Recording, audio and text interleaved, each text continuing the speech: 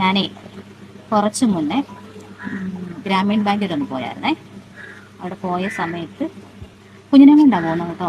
ഒരു വെയിലല്ലേ, ഓട്ടോ നോക്കിയിട്ടൊന്നും കിട്ടിയില്ല. പിന്നെ ഞാൻ ഇവിടുന്ന് ബസ് കയറിപ്പോയേ.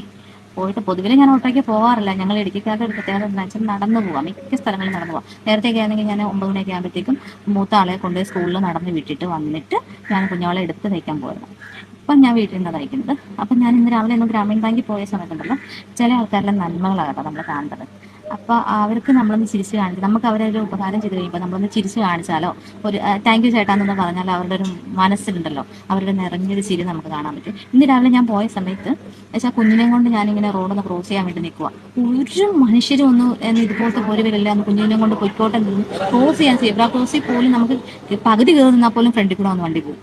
ഈ ഒരു അവസ്ഥയാണ്. അപ്പം ഞാനിങ്ങനെ പോകാൻ വേണ്ടി പലവട്ടം കാലം ഊങ്ങി വെക്കും, പിന്നെയും പുറകോട്ട് തിരിച്ചു വരും. പലവട്ടം കാലം ഊങ്ങി വെക്കും. ഞാൻ ഒറ്റയ്ക്കുള്ളെങ്കിൽ ഞാൻ ഓടി അങ്ങ് പോകട്ടോ, കുഞ്ഞും കൂടെ ഉള്ളതുകൊണ്ട് ഒരു പേടിക്ക് ഞാനങ്ങ് നിന്ന് കഴിഞ്ഞപ്പോഴത്തേക്കുണ്ടല്ലോ, ഒരു ദൈവഭാഗ്യത്തിന് ഒരു ചേട്ടൻ വന്ന് നിന്നിട്ടുണ്ടല്ലോ, ഇങ്ങനെ വണ്ടി അങ്ങ് നിർത്തി തന്നു കേട്ടോ. ഒരു വലിയൊരു വണ്ടിയാണ്, ലോറി നിർത്തി അങ്ങ് തന്നു. നിർത്തി തന്നപ്പോഴത്തേക്ക് ഞാൻ അങ്ങ് നടന്നു വന്നിട്ട് ആ ചേട്ടൻ അടുത്ത് വരുന്ന വണ്ടിക്കും കൂടെ കൈ കാണിച്ചിട്ട് ഇങ്ങനെ നിർത്താൻ കാണിച്ചിട്ട് ചേട്ടൻ പറഞ്ഞപ്പോൾ എനിക്ക് അപ്പുറത്ത് പോകാൻ വേണ്ടി ഞാൻ അപ്പുറത്ത് ചെന്നിട്ട് ചേട്ടനെ തിരിഞ്ഞ് നോക്കി താങ്ക് യു എന്ന് പറഞ്ഞാൽ ചേട്ടൻ ഒന്ന് ചിരി ഗ്ലാസ്സിൽ കൂടെ നോക്കിയിട്ട് ചിരി ചേട്ടാ. പക്ഷെ എനിക്കും സന്തോഷമായി.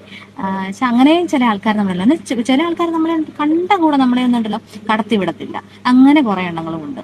ചില സമയത്ത് ഞാൻ ഏട്ടൻ കൊണ്ട് പറയും, ഏട്ടാ ക്രോസ് ചെയ്യാനായിട്ട് ആൾക്കാർ വന്നു കഴിഞ്ഞിട്ടുണ്ടെങ്കിൽ നമ്മൾ കടത്തി വിടണം കേട്ടോ. ചില സമയത്തൊക്കെ ഞാൻ ഒരുപാട് പറഞ്ഞിട്ടുണ്ട്, ദൈവമേ സീബ്ര ക്രോസൊക്കെ എന്തിനാ നമ്മളെ ഒന്ന് കടത്തി വിടത്ത് പോലുമില്ലല്ലോ എന്നൊക്കെ പറഞ്ഞിട്ടുണ്ട്. കാരണം വെച്ചാൽ ഞാൻ സ്കൂളിലൊക്കെ പോകുന്നതായിപ്പോയിട്ട് അപ്പം ഞാനത് പറയാറുണ്ട്.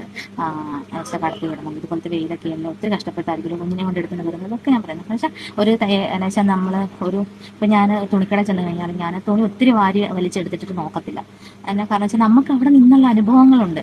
ഇപ്പം ഇരിക്കാൻ പറ്റത്തില്ല, കഴിക്കാൻ പറ്റത്തില്ല, ഒന്ന് മൂത്രം ഒഴിക്കണം കൂടി അവിടെ പെർമിഷൻ മേടിച്ചിട്ട് വേറെ ബിൽഡിങ്ങിൽ പോയി മൂത്രം ഒഴിക്കണം. അങ്ങനെ ഒരുപാട് കഷ്ടപ്പെട്ടായിരിക്കും ഓരോ മേഖലകളിലും ഓരോ ആൾക്കാരും ജോലി ചെയ്യുന്നത്. ഇപ്പോൾ കടയിൽ പോയി കഴിഞ്ഞാൽ ഞാൻ തുണി വലിച്ചു വാരിയിട്ട് നോക്കത്തില്ല എന്ന് പറഞ്ഞാൽ ഞാൻ നിന്ന് എനിക്ക് പരിചയമുണ്ട്.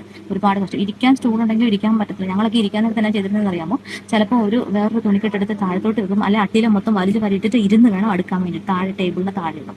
അങ്ങനെയൊക്കെ പണി ചെയ്തിട്ടുണ്ട്. അതുകൊണ്ട് നമുക്കറിയാവുന്ന ഒരു തുണിക്കട ചെല്ലുമ്പോൾ ഞാൻ വലിച്ചു വാരി ഇടത്തില്ല. അവരെ അവിടെ ജോലിക്കാണ് നിർത്തിയെങ്കിലും നമ്മൾ ചെല്ലുമ്പോൾ കുന്നുകൂട്ടി വലിച്ചു വാരി നമുക്ക് വേണ്ടതും എല്ലാം കൂടെ വലിച്ചു വാരി ഇടുമ്പോൾ അവർക്ക് ആ ജോലി ഇരട്ടിയാവുക ചെയ്യും. എല്ലാവരും കഷ്ടപ്പെടുന്നത് ഒരു നേരത്തെ അന്നത്തിന് വേണ്ടിയിട്ടാണ്. അപ്പം നമ്മളത് മനസ്സിലാക്കണം.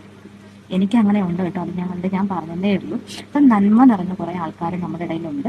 അവരെയൊക്കെ എന്നാ പറയണ്ടേ, നമുക്ക് കണ്ടില്ലാന്ന് നമ്മൾ നടിക്കരുത്. തിന്മകൾ മാത്രമല്ല, എല്ലായിടത്തും നന്മകളും ഉണ്ട് കേട്ടോ. എനിക്ക് ഇന്നുണ്ടായ അനുഭവമായിട്ട് നിങ്ങളുമായിട്ട് പറയണമെന്ന് പറയാൻ പറ്റി, പറഞ്ഞു എന്നേ ഉള്ളൂ കേട്ടോ. അനുഭവമുള്ളവർ കമന്റ് ചെയ്യണം. Okay, by.